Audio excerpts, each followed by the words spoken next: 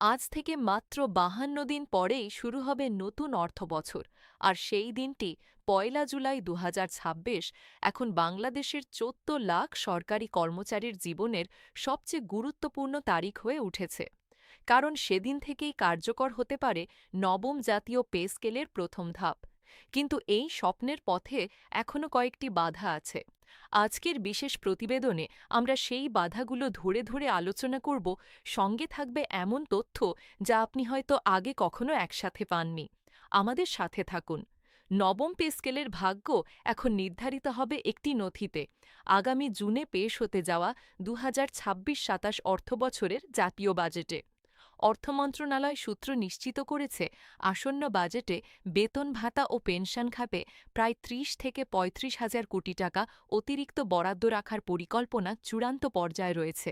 অর্থ বিভাগ ইতোমধ্যে বাজেটের খসড়া প্রস্তুত করে ফেলেছে।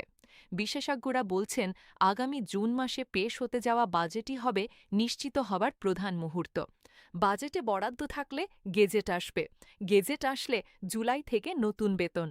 এই পে স্কেল আসলে কতটা বিলম্বিত হয়েছে সেটা বুঝতে একবার ইতিহাসের দিকে তাকানো দরকার। বাংলাদেশে ১৯৭৩ সাল থেকে ২০১৫ সাল পর্যন্ত মোট ৮টি পে স্কেল ঘোষণা হয়েছে। প্রতিটির মধ্যে গড় ব্যবধান ছিল ৫ থেকে ৬ বছর। কিন্তু এবার ব্যবধান হয়ে যাচ্ছে পুরো ১১ বছর, যা স্বাধীন বাংলাদেশের ইতিহাসে সবচেয়ে দীর্ঘ। এই ১১ বছরে দেশে মূল্যস্ফীতি কোথায় গেছে? ২০১৫ সালে বাজারে চালের কেজি ছিল ৩০-৩৫ টাকা, এখন ৬০-৭০ টাকার বেশি। বাড়ি ভাড়া, পরিবহন, শিক্ষা, চিকিৎসা সব খাতে ব্যয় দ্বিগুণেরও বেশি হয়েছে। অথচ বেতন সেই ২০১৫ সালেই আটকে। জাতীয় বেতন কমিশনের প্রধান জাকির আহমেদ খান নিজেই বলেছেন, গত এক দশকে নিত্য প্রয়োজনীয় পণ্যের দাম বহুগুণ বেড়েছে। এই বাস্তবতা বিবেচনায় নিয়েই কমিশন কাজ করেছে। এখন বলছি এমন কিছু যা অনেকেই জানেন না। নবম পে স্কেলে শুধু বেতন বাড়ছে না, পুরো কর্মচারী ব্যবস্থাপনার কাঠামো নতুনভাবে সাজানো হচ্ছে। প্রথমত, বার্ষিক ইনক্রিমেন্টের হার বর্তমান ৫% থেকে বাড়িয়ে ৬% করার প্রস্তাব রয়েছে। এই ১% পার্থক্য কতটা গুরুত্বপূর্ণ? হিসাব করলে দেখা যায়, ৩০,০০০ টাকা মূল বেতনে ৫% ইনক্রিমেন্টে ১০ বছর পর বেতন দাঁড়ায় প্রায় ৪৮,৮০০ টাকা। কিন্তু ৬% ইনক্রিমেন্টে একই সময় বেতন হয় প্রায় ৫৩,৭০০ টাকা, অর্থাৎ ১০ বছরে পার্থক্য প্রায় ৫,০০০ টাকা। দ্বিতীয়ত, প্রথমবারের মতো সরকারি কর্মচারীদের জন্য স্বাস্থ্য বীমা চালু করার সুপারিশ করা হয়েছে। এটি পে স্কেলের সবচেয়ে যুগান্তকারী পদক্ষেপ, কারণ এর আগে কোনো পে স্কেলে এই সুবিধা ছিল না।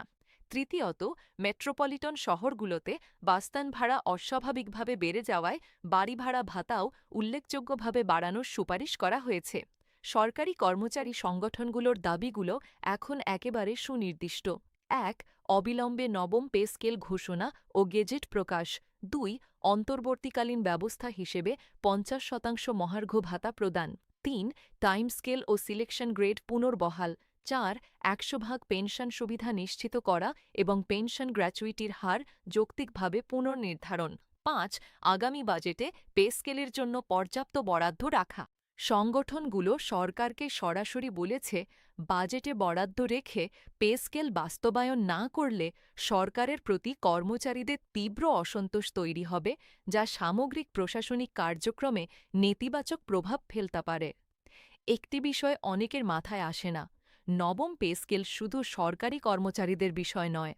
বিশেষজ্ঞরা বলছেন, প্রতিবার সরকারি পে স্কেল বাস্তবায়নের পর বেসরকারি খাতেও বেতনের চাপ তৈরি হয়। প্রতিষ্ঠানগুলো কর্মী ধরে রাখতে নিজেদের বেতন কাঠামো সামঞ্জস্য করে, ফলে পরোক্ষভাবে বেসরকারি কর্মচারীরাও উপকৃত হন। অন্যদিকে ১৪ লাখ সরকারি কর্মচারীর হাতে বেশি টাকা আসলে বাজারে ভোক্তার ক্রয় ক্ষমতা বাড়বে।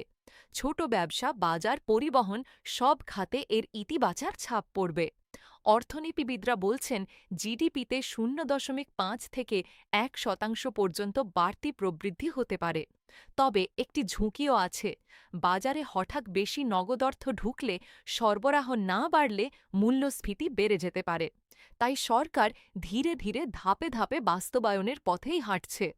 এখন সরাসরি উত্তর দেব কয়েকটি প্রশ্নের, যেগুলো আপনাদের মনে বারবার আসছে। প্রশ্ন ১, গেজেট কবে বেরোবে?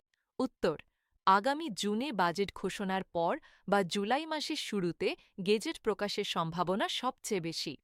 প্রশ্ন ২, প্রথম ধাপে বেতন কি আসলেই দ্বিগুণ হবে?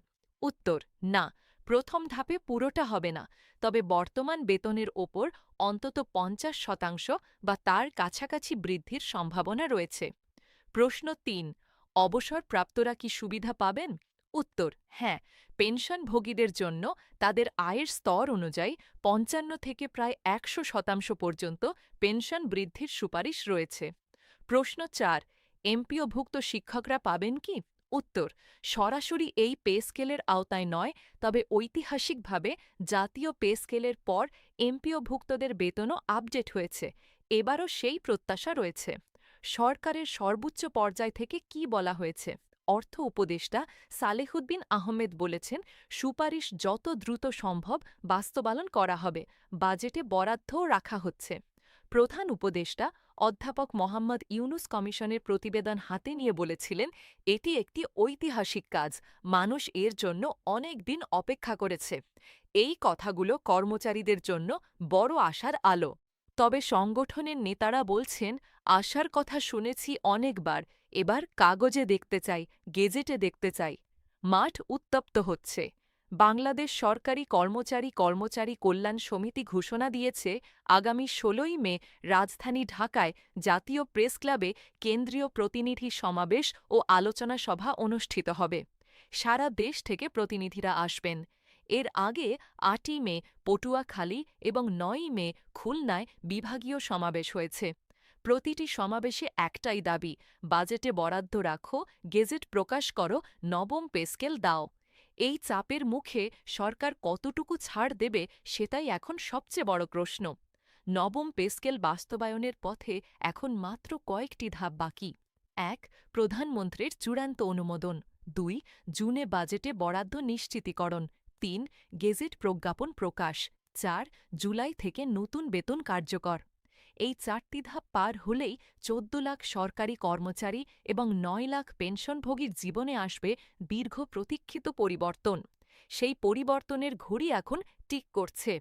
দর্শক, আজকের প্রতিবেদনের শেষে একটি কথাই বলতে চাই, একজন সরকারি কর্মচারীর বেতন শুধু তার একার বিষয় নয়। তার বেতনের ওপর নির্ভর করে তার পরিবার, সন্তানের পড়াশোনা, বৃদ্ধ মা-বাবার চিকিৎসা, স্বামী বা স্ত্রীর স্বপ্ন। এই কোটি কোটি মানুষের জীবনের প্রশ্নটাই আজ টেবিলে। আগামী ৫২ দিনে কী হবে তা আমরা সবাই একসাথে দেখব। সর্বশেষ আপডেটের জন্য চ্যানেলটি সাবস্ক্রাইব করুন, বেলটি প্রেস করুন। পরের ভিডিওতে আবার দেখা হবে। আল্লাহ হাফিজ।